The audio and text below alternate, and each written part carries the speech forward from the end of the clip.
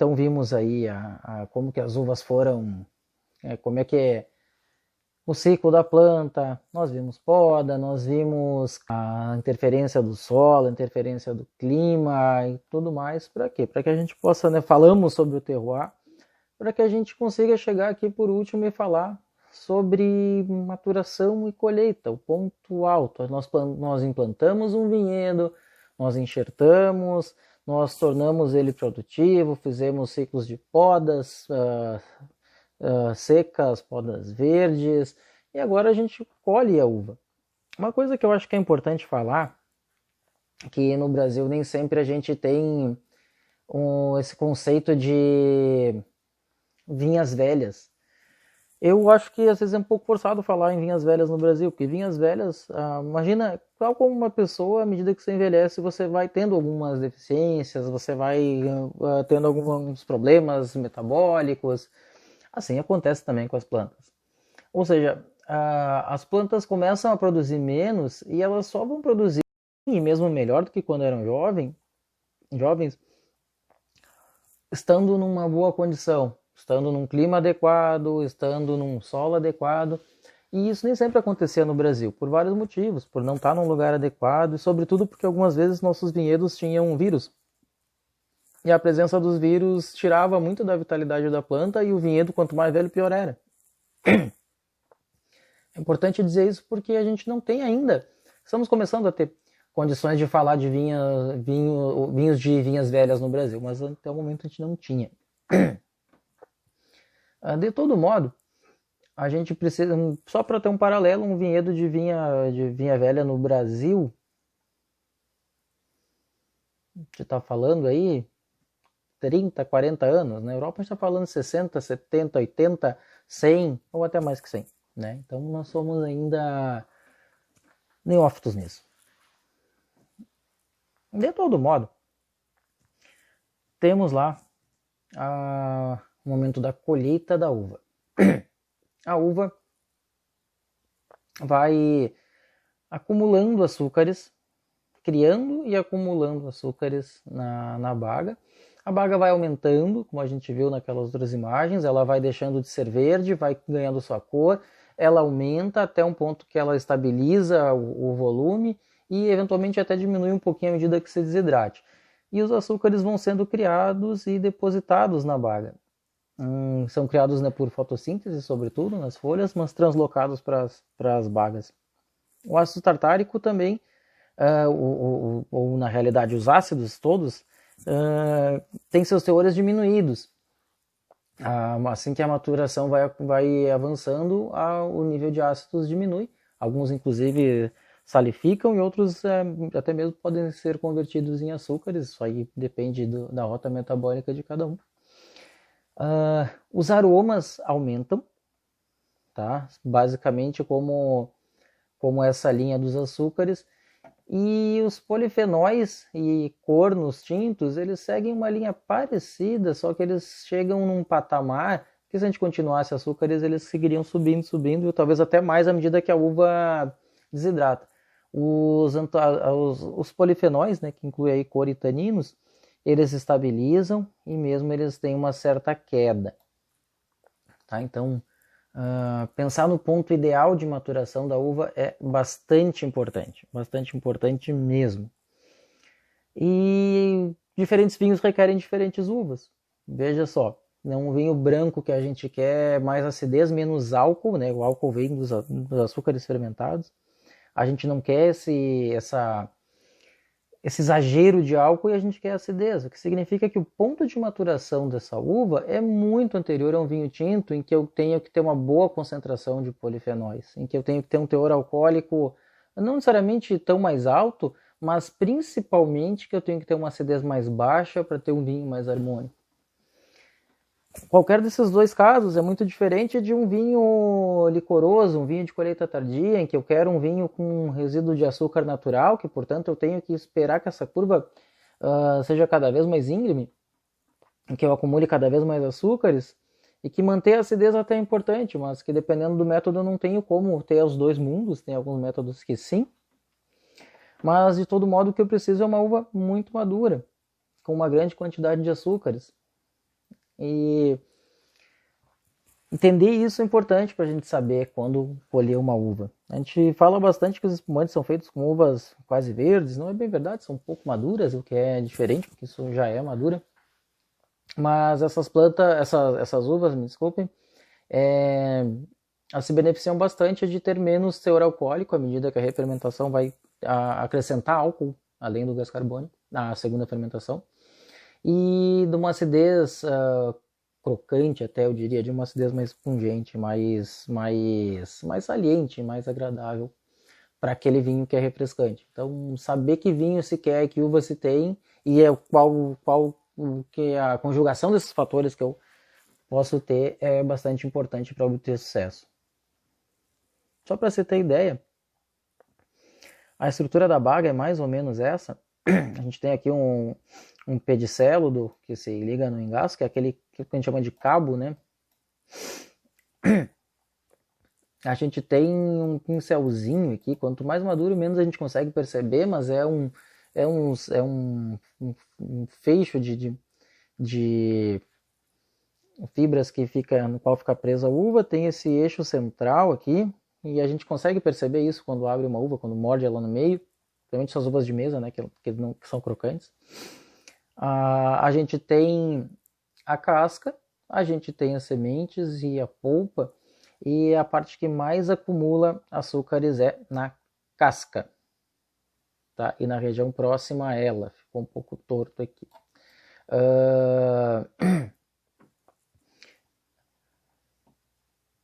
Se eu conseguir fazer uma boa extração do mosto próximo da casca, provavelmente mais açúcares eu tenho. A gente tem mais açúcar aqui, depois nessa zona interna, e onde a gente tem menos açúcares são nas sementes, que é um lugar que a gente tem muito tanino. Tá? A maior quantidade de taninos está ali entre entre semente e engaço. O engaço nem sempre amadurece, não é conveniente ter esse tanino, à medida que não é um tanino maduro, é desagradável, é um tanino que não ajuda, não muda, não envelhece bem, se torna quase que eterno. As sementes, se bem maduras, podem ter bastante taninos, só que todos esses taninos são diferentes dos da casca. Os bons taninos que a gente deseja são os da casca, depois os da semente e eventualmente os do engaço. E os taninos estão efetivamente nas sementes. Talvez era essa uma das questões porque as uvas viníferas não eram boas de comer, porque mastigava a casca e tinha aquele gosto um pouco amarrento do tanino. Os aromas também estão na casca, principalmente. Isso eu acho que é nítido em qualquer fruta, né? Que a gente vê que a casca sempre é mais cheirosa. Parece que isso era para atrair animais e tudo mais. Mas efetivamente um vinho que não tenha contato com cascas pode ter uma intensidade aromática de aromas da uva, claro, um pouco menor.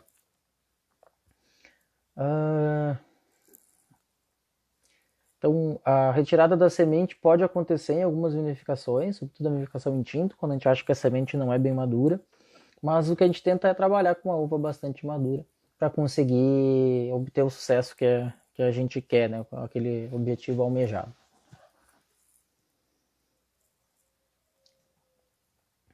Em termos de maturação, a gente costuma dizer que a maturação fisiológica é aquela em que a semente tem condição de germinar.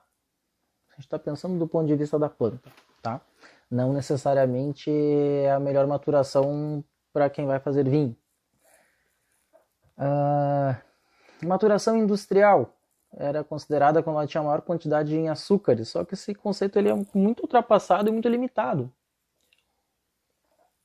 já que a gente não consegue aí definir para que é a uva. Toda vez a gente só quer a máxima concentração. Se for para espumante não é o caso, se for para vinho branco provavelmente não é o caso, e para alguns vinhos tintos talvez também não seja o caso. Algumas regiões, Mendoza por exemplo, em alguns lugares a gente tem muita produção de açúcar e pouca um amadurecimento dos polifenóis muito retardado, e ter simplesmente a máxima quantidade de açúcar não significa ou uma alta quantidade de açúcar não significa que a uva esteja já num ponto adequado para a colheita. No Vale de São Francisco isso pode acontecer também em algumas situações. E o que a gente tem realmente visto é isso, tá? Maturação tecnológica. Levar em conta aquilo que nos interessa para determinado tipo de vinho. Por exemplo, branco espumante, rosé, a gente se interessa por teor alcoólico não tão alto e acidez. Então a gente vai controlar esses itens e vai perceber enquanto eles estão num balanço, quando eles chegam num balanço interessante. A mesma coisa para os tintos, a maturação de açúcares e polifenóis. A gente pode ir acompanhando. Quando a gente vê que estabiliza, a gente entende que talvez, né, acompanhando, claro, a curva de acúmulo de açúcares, a gente entende que é o momento de colher. Né? Então, a maturação tecnológica é claramente uma tendência, não uma tendência, isso já é muito antigo, às vezes a gente é relutante para usar, mas é uma clara ferramenta na obtenção de uvas melhores para diferentes tipos de vinho. Só para a gente ter uns exemplos, a gente tem aqui uma uva Chardonnay, que a gente pode ter. A Chardonnay é bastante versátil, embora o grande produto dela seja vinho de mesa, tipo Chablis, como é na Borgonha, e champanhe também. Ela pode ser usada para muitas coisas e ela joga bem com diferentes terroirs.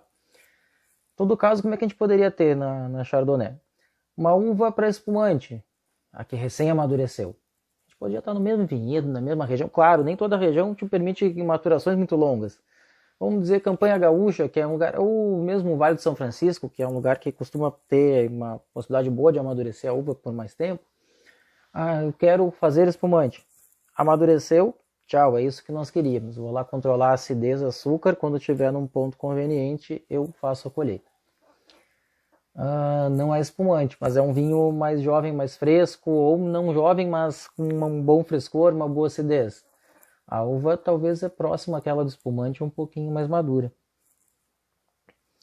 Eu quero um vinho mais potente, mais estruturado, um pouco menos ácido, mais carnudo, vai amadurecer em madeira. Colhe ela quando está a maturação plena. Então, somente plena. Sobre maduro, começa a ter ali muito álcool e perde aromas, perde frescor, ganha aroma, né, de uva sobre madura que não convém. Que convém para os licorosos. E aqui, por isso que os licorosos a gente colheria com a uva bem madura. Com a presença até de aromas que lembram a passa e tudo mais. Alto teor de açúcares. Dependendo do caso, tu até consegue manter uma acidez. Mas, claramente, né, pensando em linhas gerais, açúcar e características de uva bem pacificada, a gente colheria ela bastante tardiamente. Por isso alguns vinhos chamam, né, colheita tardia. Vamos pensar numa tinta, pensar no Merlot. A gente tem ali um vinho que a gente vai... A Merlot é uma variedade também um pouco versátil. E a gente consegue fazer um vinho base para espumante, seja branco ou seja rosé, com a uva menos madura, sem a presença de grande aroma herbáceo, bastante interessante. Então, é uma uva bastante utilizada no Brasil, é a principal do Vale dos Vinhedos, né, que é a primeira denominação do Brasil. Vou usar ela como exemplo. Quero base para espumante, mesma lógica do branco. Talvez um pouco mais maduro, porque uva tinta pouco madura tem muito herbáceo. Então eu vou lá colher ela quando ela está conveniente de aromas, quando está conveniente de acidez e de açúcares, e vou fazer meu base para espumante. Posso fazer vinho branco de qualquer uva tinta, ou de quase todas, menos as muito escuras, e ainda assim daria para contornar. Mas eu não vou usar esse exemplo porque não é tão comum assim como vinho de mesa. Só um detalhe, não colhe essa uva do espumante para tinto de jeito nenhum, mesmo que seja um vinho jovem, que é a nossa próxima possibilidade. A gente vai ter a uva tão simplesmente madura. Amadureceu a uva, perdeu o herbáceo, já tem conteúdo de polifenóis interessante, não quero sobrematuração, não quero álcool demais, não quero fazer um vinho com muita extração, que também é importante conjugar a técnica de elaboração para ter esse resultado. Tenho a uva madura. Ok, ponto, nada tão demais. Aí eu quero um vinho bem maduro, eu quero a uva em absoluta plena maturação. no mínimo igual àquela que para o vinho jovem, ou até mais. E aí a gente consegue, inclusive, jogar assim, esse ano está melhor, pode deixar mais um tempo, mas eu não quero a característica de sobremadura, então colhe. Eu não me importo, pode ficar com um pouco de característica de sobrematuração, pode deixar mais tempo. E assim a gente iria, claro, sempre de olho ali, né, no laboratório também ajuda, do que ficar só sensorial, controlando aí açúcar, acidez, nível de polifenóis. E finalmente, se a gente quisesse ter um vinho licoroso, como era, semelhante ao que a gente viu no branco, é a uva sobre madura. Sobre madura. Né? E aí, quanto sobre madura a gente ia querer? Primeiro, quanto o clima permitir. Segundo, quanto tu acha que esse vinho deve ser mais doce e ter mais características de passas. Para a gente encerrar, um jogo rápido, eu não gosto muito de fazer essa coisa de que eu chamo de cara crachá, de falar que tal variedade de uva tem tal característica, porque as características mudam muito de lugar para lugar e às vezes a gente peca em dizer, mas Pinot Noir é mais leve, Cabernet Sauvignon é mais encorpado, o Malbec é mais aveludado. Eu não gosto muito de ser extremo em fazer isso. Aqui eu vou dizer algumas linhas rápidas sobre cada uma para a gente se situar. Primeira coisa, Chardonnay em uvas brancas, todas viníferas, tá? Vocês vão ver que a maior parte delas são francesas, porque a França conseguiu exportar esse modelo de vinho, esses modelos de vinhos que tem para o mundo. E o Novo Mundo gostou muito disso e gostou de fazer um pouquinho diferente, chamá-los pelas variedades e tratá-las separadamente, que é uma coisa que a Europa não faz. Mais adiante a gente vai discutir isso. Mas a Chardonnay é sem dúvidas a rainha das uvas brancas, é a uva branca fina mais cultivada no mundo. Eu preciso dizer que eu não vi a estatística ali, mas talvez não em quantidade, mas em relevância, em estar presente no mundo inteiro e em ser procurada pelos consumidores. É uma uva que se adapta bem a diversas tipos de lugares diferentes, a diversas condições de cultivo diferentes. Ela costuma ser versátil nessas diferentes condições e dar resultados surpreendentes e agradáveis, que são Chardonnay? São, mas que variam um pouco e variam de uma forma interessante. Algumas vezes mais ácidos, outras vezes mais frutados, outras vezes mais aptos para envelhecimento em madeira, e por aí vai. Como é uma uva que tem uma boa estrutura, costuma ser amadurecida em carvalho, e aí dá outro vinho bastante diferente, mais cremoso até, com amanteigado, um vinho que precisa talvez ter uma acidez alta para contrabalançar essa ideia de gordura mesmo que o vinho parece ter, mas Chardonnay é uma uva bastante interessante. Produz bastante bem no Brasil, tá? É um dos principais vinhos brancos que tem, se não é o principal aí nas uvas finas. E em grandes anos dá grandes vinhos. O Brasil tem bom potencial para trabalhar com Chardonnay. E ela vai ser uma uva bastante utilizada em espumantes, sobretudo, né? É a uva que a gente mais usa no Brasil em espumante. E ela pode também ser usada aí para vinhos licorosos. Aparece menos vezes, mas não há problema nenhum que ela seja usada. O Sauvignon Blanc é outra casta francesa. A Chardonnay é da Borgonha, Sauvignon Blanc é de Bordeaux. Uma casta um pouquinho exigente em clima. Ela precisa de um clima bem seco, nem sempre dá certo na Serra Gaúcha. E ela precisa ter uma boa maturação, porque ela tem uma presença típica de aromas herbáceos e mesmo vegetais, que se não bem madura fica um pouco desagradável. Embora ela seja de Bordeaux, ela se deu muito bem no Chile, um clima interessante, em que a uva amadurece bem e também aporta grandes aromas ali em função da amplitude térmica e de um clima bem seco, que dão vinhos assim muito nítidos pela sua nota de maracujá. Algumas vezes até um pouco cansativos, mas sim, são bastante maracujá. Algumas vezes o Sauvignon chileno aí de uma região talvez menos quente tem ali uh, bastante folha de tomateiro, algo como grama cortada, mas folha de tomateiro, para quem conhece, sabe bem como é e aparece bastante Sauvignon Blanc. Arruda, muitas vezes, Nova Zelândia costuma ter bastante arruda, e o que se fala é que Sauvignon Blanc precisa ser um vinho feito em algumas etapas, você tem que colher, não, e é efetivamente isso, né? Alguns relatos dizem que Sauvignon Blanc tu não pode fazer o vinho todo de uma vez, porque tu não consegue ter os dois mundos do Sauvignon se colher ou antes ou depois. Então antes para ter um pouco mais de frescor e de herbáceo, depois para ter mais frutado. Diz que e junta depois, que tu não consegue ter a uva ali no meio do caminho e ter as duas coisas tão bem. Então um detalhe importante, um relato importante que você fala sobre Sauvignon Blanc. É um vinho branco mais leve, tá? Mais fresco, com uma acidez bastante presente, um pouco menos estruturado em boca, uma boa fruta normalmente, e é um vinho que ele tende a crescer na campanha gaúcha à medida que a gente tem ali uma região legal para isso, assim, né? Com clima mais estável, mais seco.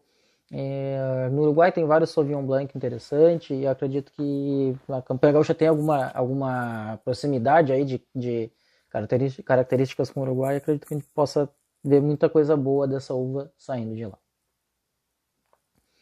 Riesling Itálico, eu acho que Riesling Itálico é minha uva do coração, eu diria, porque é um Riesling que em princípio veio da Itália, diferente daquele Riesling que aparece só como Riesling no resto do mundo e que a gente no Brasil chama de Renano. São duas uvas bem diferentes. O Renano é o clássico que tem no mundo.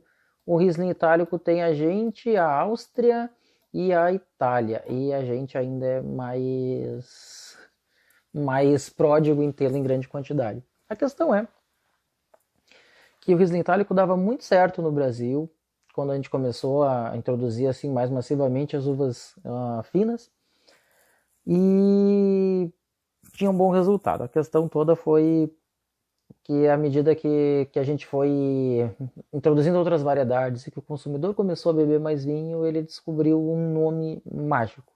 Ele descobriu dois, um para tinta e outro para branca, né? E para branca ele descobriu um que talvez era até mais fácil de falar que esse, Chardonnay. E aí ninguém mais quis outro vinho. E hoje Riesling Itálico tem ainda em grande quantidade, é muito usada em espumantes. Você fala pouco, mas é bastante usada em espumante. É uma uva que eu acho fabulosa enquanto produtora de vinhos frescos, aromáticos. Alguns Chardonnays sem madeiras parecem muito com Riesling, sendo que Riesling tem algumas características talvez mais picantes, e mesmo uma pungência maior de aromas mais frutados. Tem muito abacaxi, frutas tropicais.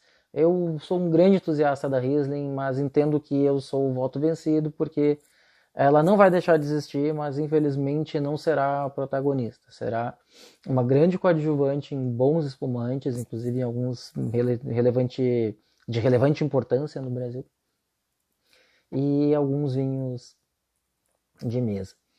Agora, a Riesling Itálico, a Renano envelhece muito bem, tem um certo aroma de querosene bem típico. Você falava da Riesling Itálico como apenas um vinho jovem, e esses tempos uma grande cooperativa da Serra Gaúcha fez um Riesling Itálico amadurecido em carvalho, um vinho de 4 anos, se eu não estou enganado, 3, eu já não me recordo, mas assim, olha, excepcional e com algumas características distintas do Riesling Renano, mas que lembram esse potencial de envelhecimento do Riesling Renano. Eu cada vez fiquei mais fã. Eu particularmente gosto muito de Riesling Itálico. É uma uva com alguma sensibilidade para os podridões, mas que a gente dá jeito de conduzi-la bem aqui no Brasil. Moscato, como moscato eu poderia quase usar plural, exceto o fato de que nomes próprios não vão no plural, porque é uma família de uvas moscatadas, tá? Família das moscatéis. Não é o produto espumante moscatel, que é um espumante feito dessa uva, que é assim chamado porque se inspira no Asti italiano, mas não pode ser chamado de Asti porque é uma denominação de origem só.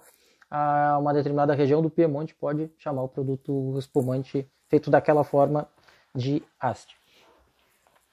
A origem da Moscato é um tanto incerta, porque pensem nessas uvas há mais tempo que o Brasil existe. O Brasil existe desde sempre, né? Mas que enfim foi aí colonizado.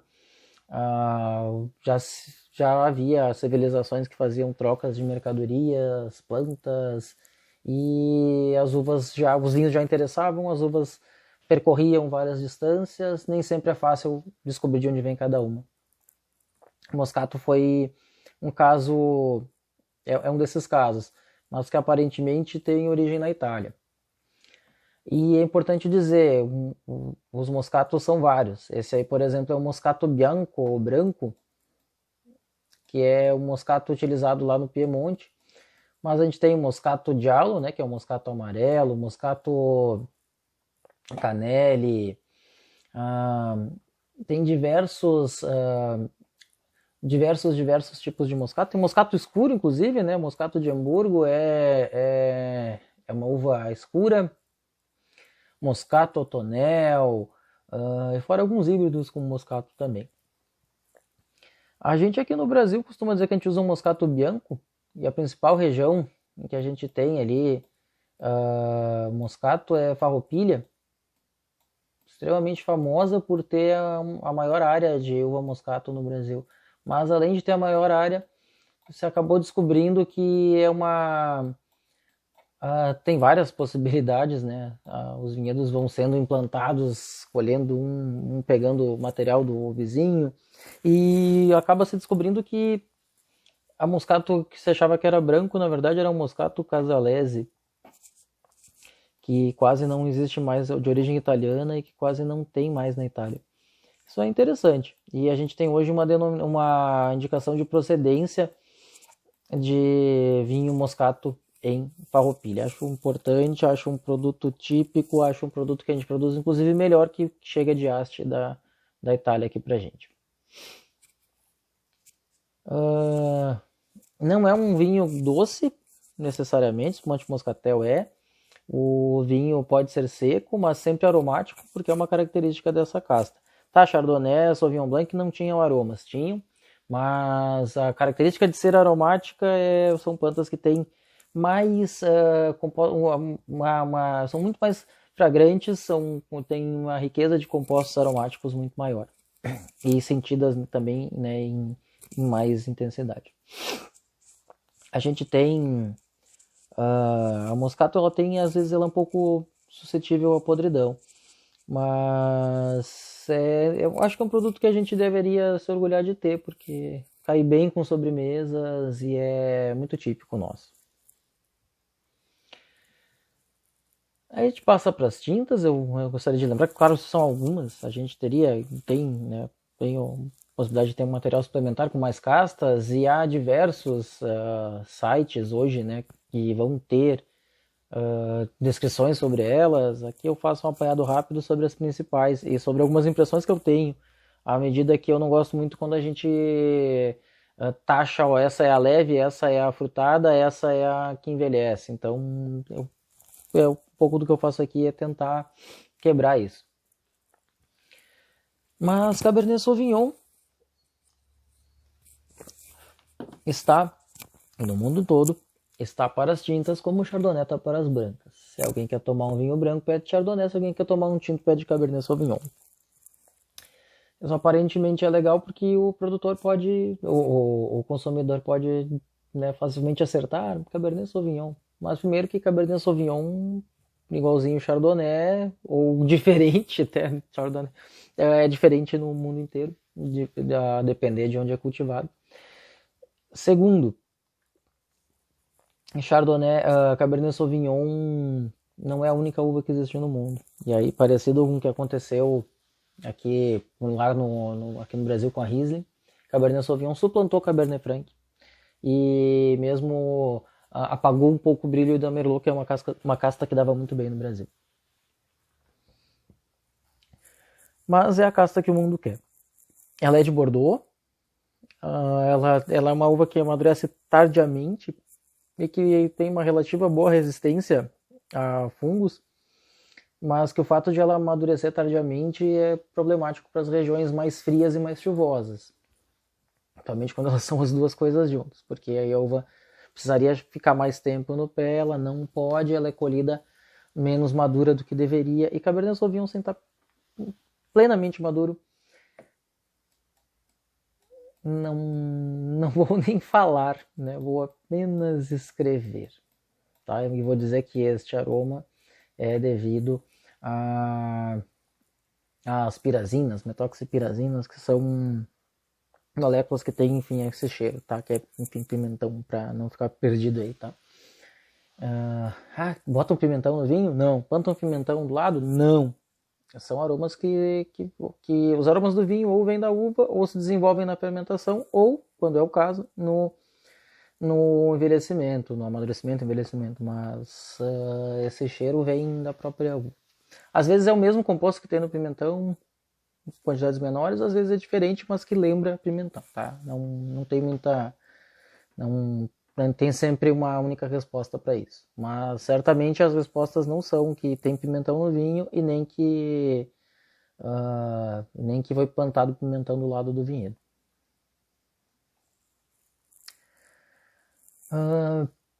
É um vinho realmente encorpado, na maior parte das vezes, e para isso é importante que a uva esteja bem madura, porque senão tem também uma questão de taninos verdes desagradáveis que não amadurecem bem. Por ser um vinho com um bom corpo, é um vinho que costuma envelhecer bem e costuma amadurecer bem em madeira, tolera bem, consegue jogar com um aroma amadeirado. E isso também ajuda com que Cabernet seja uma variedade bastante procurada no mundo.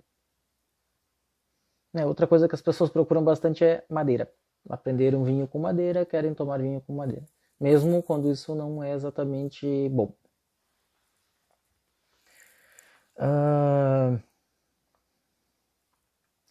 E como eu disse, Cabernet Sauvignon ou é bem maduro, ou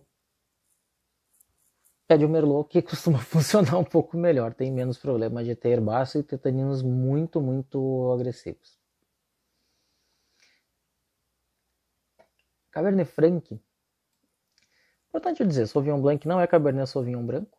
Inclusive no resto do mundo é conhecida só por Sauvignon. As outras que são discriminadas, como Sauvignon Gris, que é o cinza, Sauvignon Vert, que é o verde, mas não é Cabernet Sauvignon branco. E Cabernet Franc não é uma uva, não é um tipo de Cabernet Sauvignon. Na realidade, Cabernet Franc foi a mãe do Cabernet Sauvignon, cruzado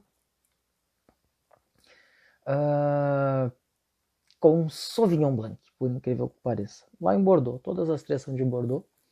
Um cruzamento espontâneo, natural, que depois se provou ser entre Cabernet Franc e com essa uva que é mais cônica e um cacho menor e um vinho um pouco menos potente, um pouco menos herbáceo, cruzou com um Sauvignon Blanc, uma uva branca, e deu uma uva mais potente do que a mistura de uma com a outra. Porque afinal de contas, genética não é soma e divide por 2, né? E até porque a genética soma mais do que 2, né? Ela soma algumas coisas dos antepassados ali. Então, isso é importante a gente refletir. E é importante a gente dizer o porquê que é plantar semente de Cabernet Franc não quer dizer que ia dar Cabernet Franc, né? Nesse caso acabou dando Cabernet Sauvignon. Cabernet Franc é cultivada não tão amplamente no mundo todo, mas a Itália tem algumas regiões mais do norte que tem Cabernet Franc com alguma, além da França, claro, né, com alguma expressão. E o Brasil teve no Cabernet Franc como a primeira vinífera mais promissora. A primeira vinífera tinta que deu bastante certo para nossa realidade, né, que justiça seja feita, não foi era para ser um R, não foi Cabernet Franc, tá? Foi Barbera. Barbera é uma variedade italiana que produz relativamente bem, relativamente bastante, e que se adaptou aí na nossa realidade. Mas não produzia aquele vinho que a gente queria tomar. O Barbera não desapareceu, tem ainda na serra um pouquinho, mas não tanto mais e entra como um vinho qualquer. A primeira que chamou a atenção mesmo foi Cabernet Franc. E por que a gente não tem Cabernet Franc como uma uva mais importante do nosso país? Vários motivos, mas principalmente o fato de que os vinhedos multiplicados de Cabernet Franc saíam de vizinho para vizinho e eles saíam com vírus de um vizinho para o outro, e isso aí fez com que a produção de Cabernet Franc piorasse, a produtividade baixasse enormemente, a qualidade mais ainda. Aí Cabernet Franc acabou sendo praticamente sepultado na realidade brasileira. Hoje tem alguns vinhedos que não são antigos e que são assim, de retomada de Cabernet Franc, mas o Cabernet Franc deixou de ser uma uva importante para a gente.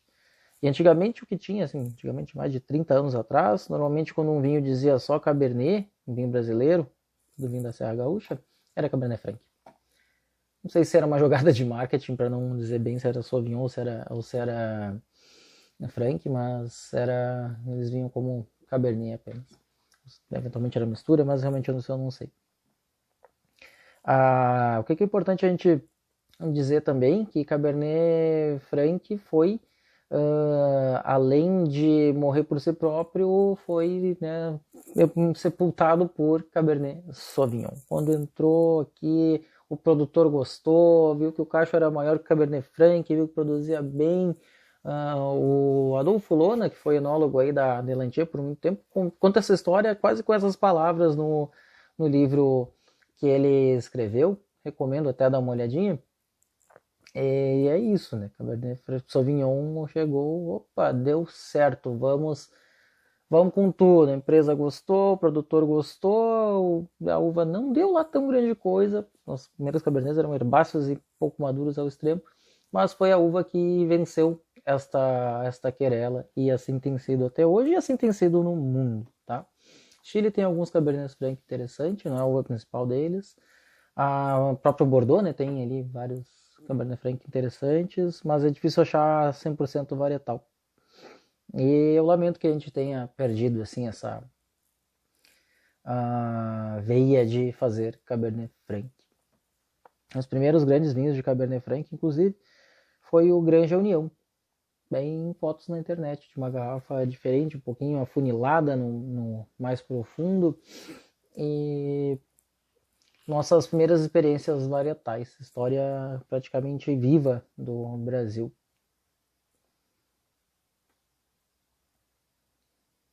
Merlot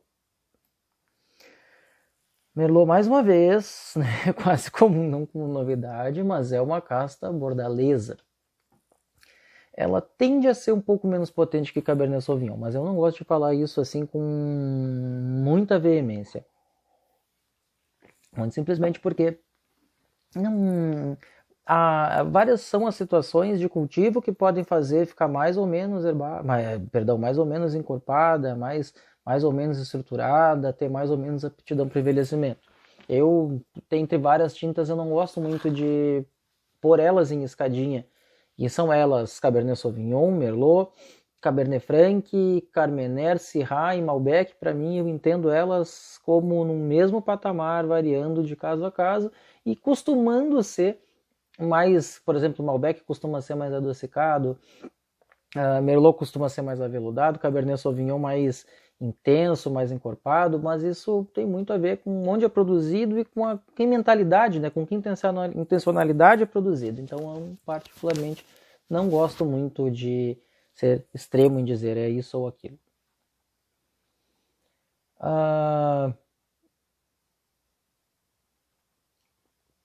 Como eu dizia, é um vinho né, que pode sim ter um bom potencial de envelhecimento, mas que tem no mínimo um médio envelhecimento, tem mais frutas vermelhas, tem menos herbáceo, é um vinho que eu particularmente gosto bastante. E é um vinho que pode amadurecer bastante em madeira, tá quase sempre no corte clássico bordalês, aí, Cabernet Merlot, e quase sempre também um pouquinho de Cabernet Franc. E é hoje a variedade tinta emblemática do Brasil e a variedade símbolo do tinta do Vale dos Vinhedos. Pinot Noir, que é uma variedade erroneamente tida como mais leve. Isso é um erro enorme, enorme, tá? Porque Pinot Noir é mais leve, tende a ser mais refinado, tende a ter menos cor, taninos mais finos, mas um dos vinhos que mais envelhece bem no mundo e os mais caros do mundo é o Romanée Conti e é 100% Pinot Noir da Borgonha. Então, mas você tem um pouco de cuidado de falar sobre isso. Outra coisa sobre o Pinot Noir é que ele tem diversos clones. O que são clones? São plantas, são plantas muito parecidas, claramente um Pinot Noir, mas que uma tem um cacho um pouco maior, outra um pouco menor, outra tem mais acidez, outra tem mais concentração de açúcar. E esses diferentes clones, embora eles não difiram enormemente do que é um Pinot Noir, eles se expressam com algumas diferenças. E alguns clones de Pinot Noir são específicos para espumante, à medida que dão menos casca e mais polpa, e aí não são importantes para um vinho tinto, e uns para vinho tinto que não são importantes para vinho branco, pelos motivos opostos. Normalmente são vinhos bem complexos, é a uva que mais aparece no mundo aí como tinta para espumantes, né? E aqui no Brasil ela tem alguns probleminhas nas regiões mais tradicionais, hein, na Serra Gaúcha, porque ela é bem sensível às podridões, e a gente comprou um monte de clones inadequados, que eram para vinho tinto e eram mais sensíveis, então nem faziam bom espumante, nem amadurecia bem, porque realmente acabava apodrecendo. Mas é uma uva que tem possibilidade de dar excelentes resultados aqui. E uma das minhas preferidas, Taná. Taná não vem de Bordeaux e nem da Borgonha, mas vem também do sudoeste, igualzinho como vem as uvas de Bordeaux. Eu particularmente gosto muito de Taná. Eu acho Taná uma uva fantástica, mas uma uva que precisa ser entendida e que ela precisa de tempo, porque é um vinho bastante encorpado. Produz vinhos bem potentes, talvez seja assim, um ápice da uva tânica, seja Taná e Petit Verdot. Mas são vinhos mas não tão muito aromáticos, são um pouco rústicos, não tem tanto, não é herbáceo, mas não tem um grande frutado, tem muita fruta seca, que acaba fazendo com que o carvalho traga mais complexidade de aromas, amacie taninos e faça um vinho mais agradável e um vinho para envelhecer anos.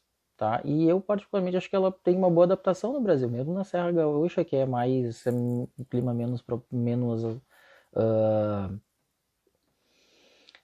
menos próprio para uvas tintas. Entendo que ela amadurece bem, é um ciclo médio, mais ou menos junto com o Merlot, então não precisa ficar até o fim da safra, pega menos chuva, acaba amadurecendo bem. E é este vinho de que sincerão, assim, que ele precisa ser entendido e que ele precisa de uma certa ajuda para ser mais polido.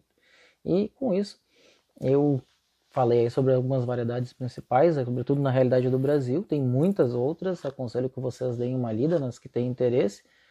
Agradeço mais uma vez a atenção e fico sempre à disposição para dúvidas e questionamentos. Obrigado e até mais.